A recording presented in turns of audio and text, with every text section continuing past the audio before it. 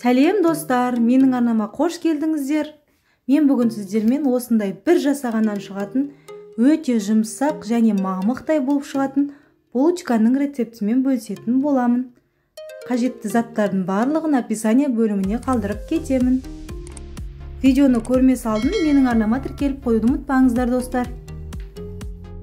Ең алдымен ыдысымызға жұмыртқамызды және құмшекерімізді салып, барлығын жақсылап венчикпенен араластырып аламыз.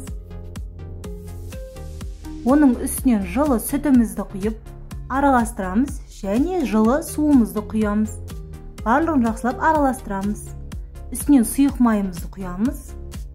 Барлығын араластырып аламыз. Шым-шым тұзымызды салып, оның үстінен дрожжымызды салып араластырамыз. Ұнымызды електен өткізе отырып, жұмсақ етіп қамыр илейміз.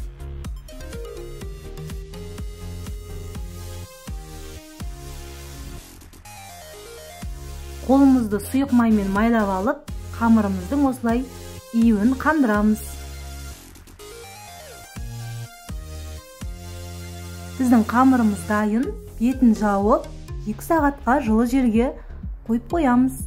Бізде 2 сағат өтті, қамырымыз өте керемет болып көтеріліп шықты. Енді өздеріңіздің қалауларыңыз бойынша формасын жасап пісірсеңіздер болады. Мен бүгін сіздермен бірнеше тәсілмен бөлісетін боламын.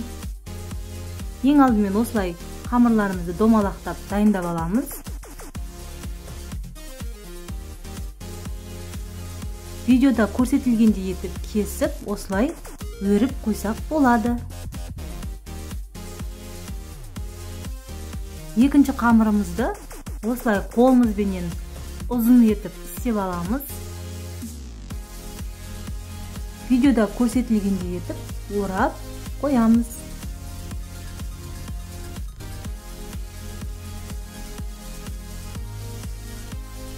Үшінші қамырымызды домалақ етіп жайып аламыз. Оның үстінен сұйық маймен майлап шығамыз.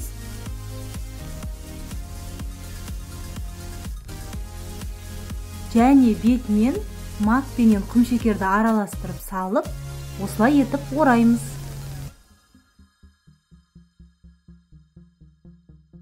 Пышағымызбенен ортасынан бөліп, осылай айналдырамыз және домалақ етіп орап қоямыз.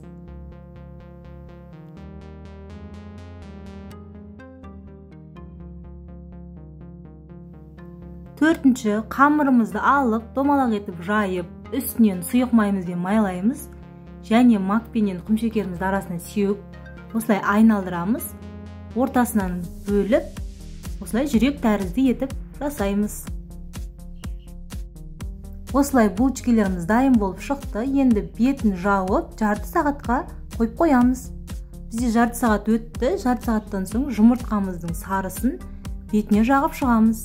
Алдын ала міндетті түрде қызып тұрған пешімізде 180-200 градуста 30 минут пісіріп аламыз.